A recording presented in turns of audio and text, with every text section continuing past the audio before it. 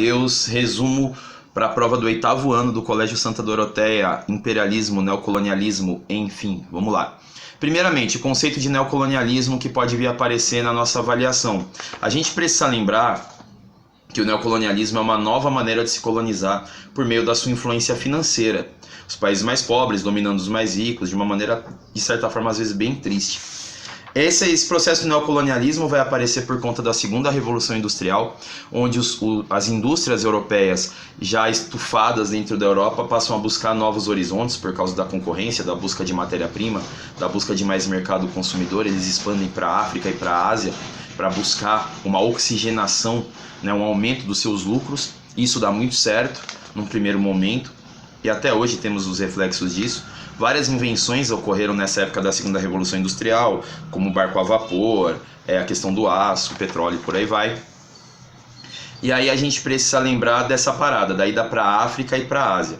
Vamos focar na África a princípio. Primeiramente, nós temos a exploração do continente e a divisão por meio da Conferência de Berlim, que oficializou a divisão da África em vários países, sem ligar para tribos, sem ligar para etnias, uma invasão total mesmo.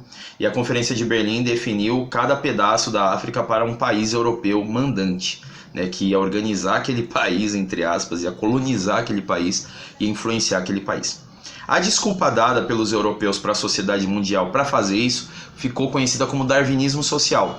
O darwinismo social ele impunha para o mundo a ideia de que o africano era inferior. Apesar de serem homo sapiens, com base na teoria de Darwin, eles eram inferiores. E havia uma necessidade dos europeus civilizá-los, né?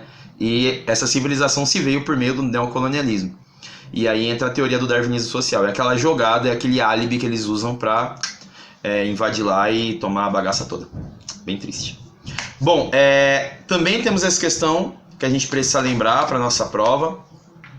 Lembrar da figura de um país que foi um massacre lá, a questão da colonização, da nova colonização, né, neocolonialismo, o Congo belga, né, onde tinha até mutilação de quem não trabalhasse direito lá dos nativos, enfim, era um negócio mega chato, né, a questão do trabalho forçado de mulheres e crianças, o que o mundo não sabia, né, mas para manter a indústria viva, né, o lucro dos grandes industriais, se fazia isso, e se faz até hoje em alguns lugares, né, o trabalho forçado, pá, é que às vezes o pessoal não conta, mas que tem.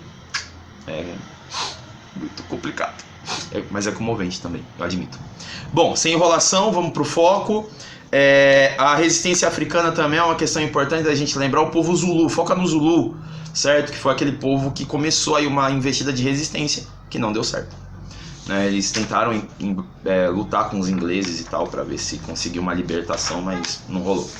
Mas é interessante lembrar que os caras tentaram, né? Foi muito bom. Aí passando agora para a Ásia, eu tô sendo bem sintético, tá, galera? São só tópicos para filtrar melhor aí para vocês lerem, viu? Foca nisso aí. Na Ásia nós temos dois países que a gente precisa lembrar, Índia e China. No caso da Índia, o que eu preciso que vocês lembrem é que foi uma dominação feita pelos ingleses e o único momento assim mais forte antes do carinha lá do careca, o Mahatma Gandhi, tentar aí uma pacificação, é a revolta dos cipaios, né? Os cipaios tentaram aí, por meio de uma rebelião, tirar os ingleses do comando da Índia e não deu certo. A China também é um outro país interessante onde a gente deve lembrar algumas guerras. Guerra do ópio. Aí vocês vão estudar as causas, né, por causa do tráfico do ópio feita pelos ingleses na China. Os chineses não gostaram, entraram em guerra, a Inglaterra ganha e domina a China, né? Enfim. A guerra sino-japonesa, que os chineses perderam também para o Japão nessa guerra. Aí há uma partilha da China também, igual, parecido com a África, não tão efetiva, mas parecida por meio de zonas de influência entre ingleses, alemães, russos, japoneses e franceses. Lembra disso também. E uma outra guerra que é interessante a gente lembrar, que é a Guerra dos Boxers, né? Os Boxers eram um grupo secreto, digamos assim, que matava europeus, né? E isso foi gerando um incômodo nas potências europeias e aí teve essa guerra contra esse grupo dos Boxers e essa guerra foi fundamental para que os ingleses ainda tivessem uma dominação maior, porque os Boxers foram dizimados, certo?